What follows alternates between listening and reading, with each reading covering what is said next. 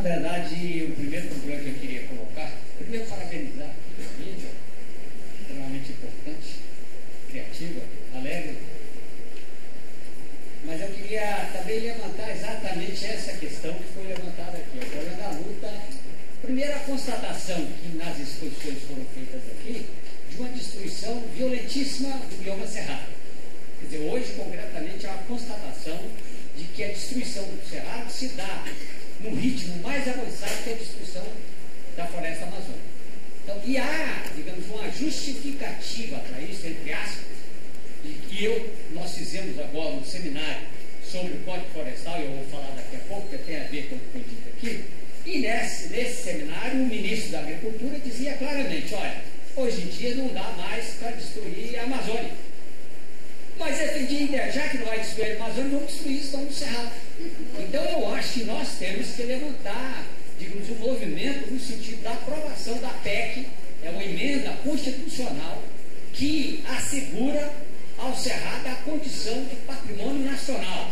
Concretamente, a Constituinte de 88, do qual eu participei, colocou, quer dizer, a Mata Atlântica, a Amazônia e o Pantanal como biomas, quer dizer, enfim, com esse aspecto exatamente de uma preservação de interesse nacional. Então, essa PEC, na minha opinião, deve ser objeto de uma mobilização e de uma conclusão também desse Cerrado, a defesa da aprovação da PEC que transforma o Cerrado em patrimônio nacional.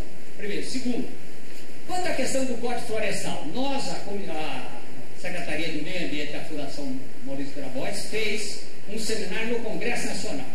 E esse seminário resultou num documento que está sendo discutido por nós, no sentido de fixar uma orientação sobre essa questão do Código Florestal. E o que ficou claro é que a posição que nós estamos caminhando para adotar não é nem tanto ao mar, nem tanto à terra. Tem uma posição dos ambientalistas radicais que não aceitam mudar uma linha no Código Florestal. Tem a posição dos jornalistas que querem detonar o Código Florestal. Então nós temos que fazer uma discussão objetiva. E o fato concreto é que existe no Código Florestal alguns aspectos que precisam ser mudados. Como, por exemplo, o tratamento igualitário entre a grande propriedade e a pequena propriedade. É uma irracionalidade do ponto de vista, digamos assim, da justiça social, da justiça ambiental, que você impõe ao latifundiário que tem 5 mil, 10 mil, 20 mil hectares, as mesmas regras que se você impõe a um pequeno proprietário, que às vezes tem 20 hectares. Como é que você vai botar? Então há que se estabelecer, quer dizer, uma diferenciação no Código Florestal para o pequeno proprietário e os limites e para o grande proprietário. Por outro lado, também há que se estabelecer, digamos assim, um tratamento diferenciado entre aqueles, por exemplo, na Amazônia, há algum tempo atrás, quer dizer, a reserva legal era de 50%.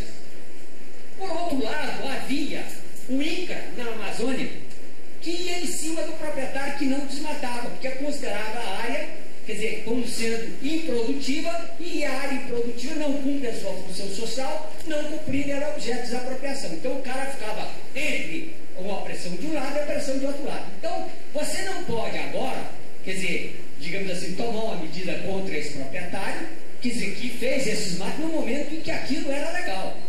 Enfim, são aspectos, na minha opinião, tópicos, na opinião que eu estou trabalhando, inclusive, que nós, no PCdoB, estamos trabalhando, esses aspectos necessitam mudança no Código Florestal. Agora, o que estão querendo, na verdade, é detonar o Código Florestal, que é isso que ele falou. Estão querendo, na verdade, sob a alegação de que as APPs, quer dizer, tem que ter um outro critério para definição, querem exatamente acabar com a APP.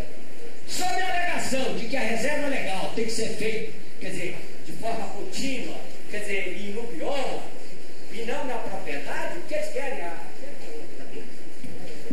O que eles querem, na verdade, é retirar a função social da propriedade, a função ambiental da propriedade, o compromisso do proprietário com a preservação, a defesa do meio ambiente. Bom, agora, rapidamente, ontem foi colocado aqui um problema, que eu vou falar rapidamente, que é sobre essa questão do aquecimento global. Ontem uma pessoa que estava aqui, ele não está mais, mas eu conversei com ele pessoalmente, ele levantou exatamente uma polêmica que existe hoje em torno da questão do aquecimento global.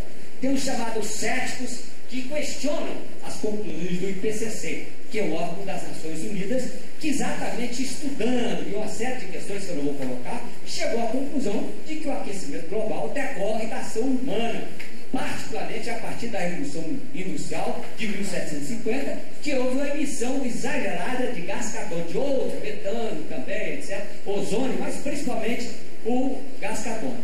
Esses setores céticos dizem que o aquecimento global existe, mas ele decorre de fatores naturais e não de fatores humanos, e que a emissão de CO2 também decorre de fatores naturais e não de humanos. A opinião que a gente está também construindo é de que, na realidade, quer dizer, a ação humana tem sido responsável, fundamental, pelo aquecimento global.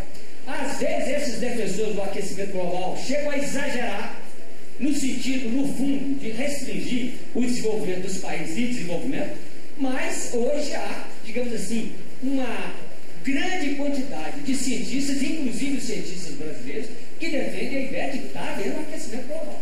Inclusive, um dos argumentos dos céticos é de que entre 40 e 70 houve um resfriamento, e que isso seria, então, o argumento de que essa história da ação do homem não corresponderia. A resposta que aqueles que defendem os estudos do IPCC é que naquela época houve uma grande emissão de gases, fruto exatamente da indústria, que emitiu, quer dizer, os chamados aerossóis, que são partículas que surgiam, quer dizer, dos chaminés, e os aerossóis, eles refletem o Sol.